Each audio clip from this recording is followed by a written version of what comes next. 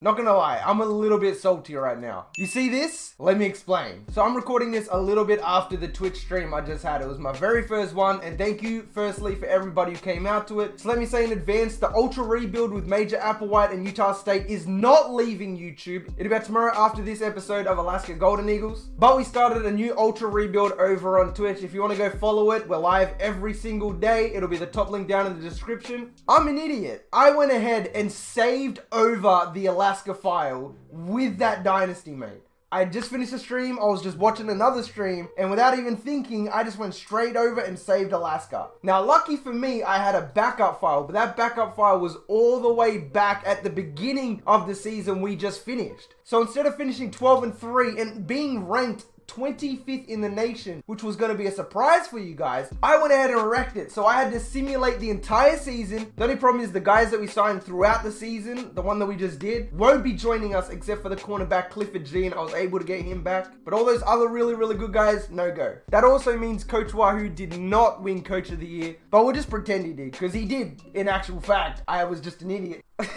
But what's up, guys, and welcome back to our Alaska Golden Eagles Dynasty on the channel, man. I hope you all having a fantastic day, and thank you for clicking on the video. The best player that's leaving is a 73 overall center, Andrew McGrath-Santowski, who was coincidentally our best offensive lineman, but it's cool. Yeah, there we go. That's what we want to see. Look at this trash. As if I'm going to allocate 10,000 points to any of these guys. Ryan Shaw, 57. Clifford Jean, that was a nice pickup. We got Nate Foster and Morris Williams. The computer is trash. I'm just going to go after the absolute best guy we can that hasn't been recruited. Started at number 1, heading all the way down. Let's see what we can find. Okay, we have a 21% lock athlete, Brandon Yancey, 6'4". Obviously, we know nothing about the guy. We'll give Justin Kent 1450, and then Brandon Yancey, the guy we know nothing about, 8,500. At the way this is going, I'm almost certain that he's gonna go down. I don't want to be negative. I'm not trying to be negative, but I just feel like this guy is gonna go down overall instead of going up. This is a sad day for the Alaska Dynasty. If we gave that guy 8,500 points, that means Oklahoma pretty much gave him at least 9,000 points. They're not trying to throw us a bone at all. We didn't sign an athlete, so we can't change this up. Kyle Arnold's now a sophomore. That's good that he's going to go up. Running back, we still got Kaz Cray, Omar Washington. We have to do 2 seasons of recruiting in one, pretty much. We have to make up for the travesty that was this season. Let's go look at training results. Maybe, just maybe, this will cheer me up. Kaz Cray goes up to an 89. 93 acceleration, that's not bad.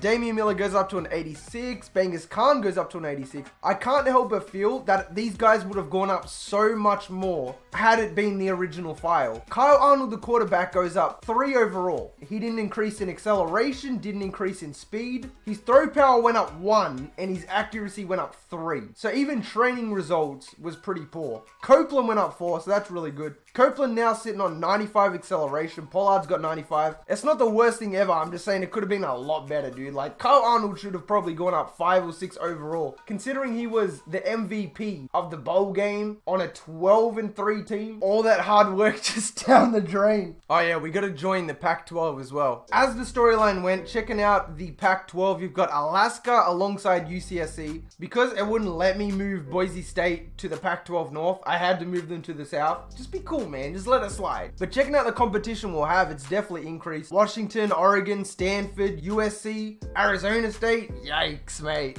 All right, the least we'll do is set up the recruiting board. Kareem Ross, cornerback. We got a tackle who wants to come. He definitely needs to go on that list. As if you'd want to go from Georgia to Alaska. Come on, mate. We'll pick up a tight end. We could definitely use one. We kind of do need defensive linemen. I mean, we need everything, in all honesty. A lot of defensive ends want to come to Alaska. Like, a lot. 3 stars are incredibly underrated, especially because we're all first on their list. 495 bench and you're a guard. Ugh, I can't, my guy.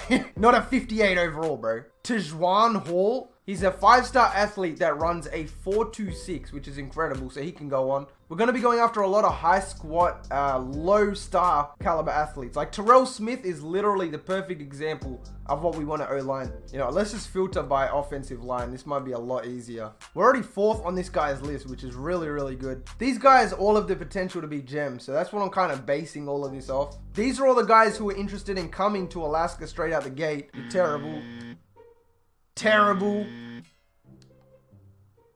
terrible. Oh, here we go. Ty McGill. All right. You yourself kind of make up for everybody here. That's just not getting pursued by us. Especially not you, Marcus Carter. All right, not bad, not bad. You go up to a 73. All right, this is what I'm talking about, man. So many O linemen to choose between. All the ones like Andy Steffens and Glenn Harris that only went up one, I'm going to take all of them off. The only guys I'm interested in signing are people like Justin Bell, who went up from 69, from 71 to 76 to 78, those kind of guys. But at least we kind of figured out what direction we're going to go. Like Justin Bell, we'll bring him right to the top. Tejuan Hall, we're going to bring him up to the top. That's that 4.26 running absolute freak.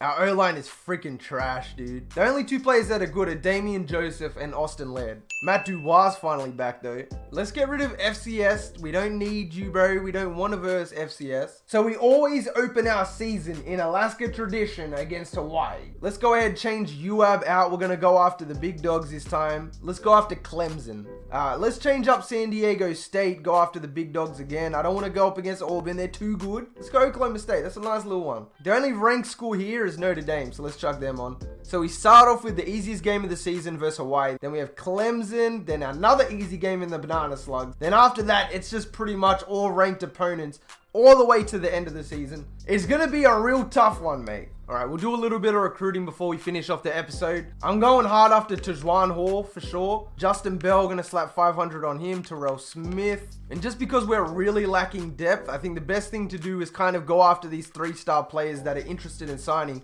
Let's scout Tejuan Hall really quick. I'm curious. Not bad. He looks like a wide receiver. He's got a great spec catch though, but it looks like he might be able to play a little bit of defense with that player rec. Good zone, good pursuit. Around week 3, week 4, when we take on USC or Banana Slugs, we'll jump back into the recruiting, try and pick up some low lock percentage guys. But as for right now, this is what I'm rocking out with. We got a nice balance of offensive linemen, people who are interested in coming to the school, like Jacob Rich, Joe Arnold, and then we have the absolute monsters at the top. But that being said, man, I hope you guys did enjoy the complete off season. I truly am sorry that I screwed it up by saving over, man. I just wasn't thinking. It was a mental lapse. If you are loving the NCAA 14 content, you're loving Ultra Rebuilds, make sure, I know I'll plug it a lot, but the Twitch is down in the description, man. We stream every single day, an hour and a half after this video comes out. With that being said, if you made it this far into the video, you are the real MVP. Hope the rest of your day is awesome, and from me personally, I'm out. Peace.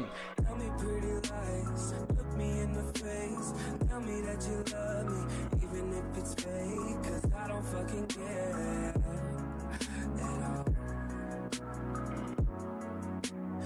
You've been out all night, I don't know where you've been. You're slurring all your words.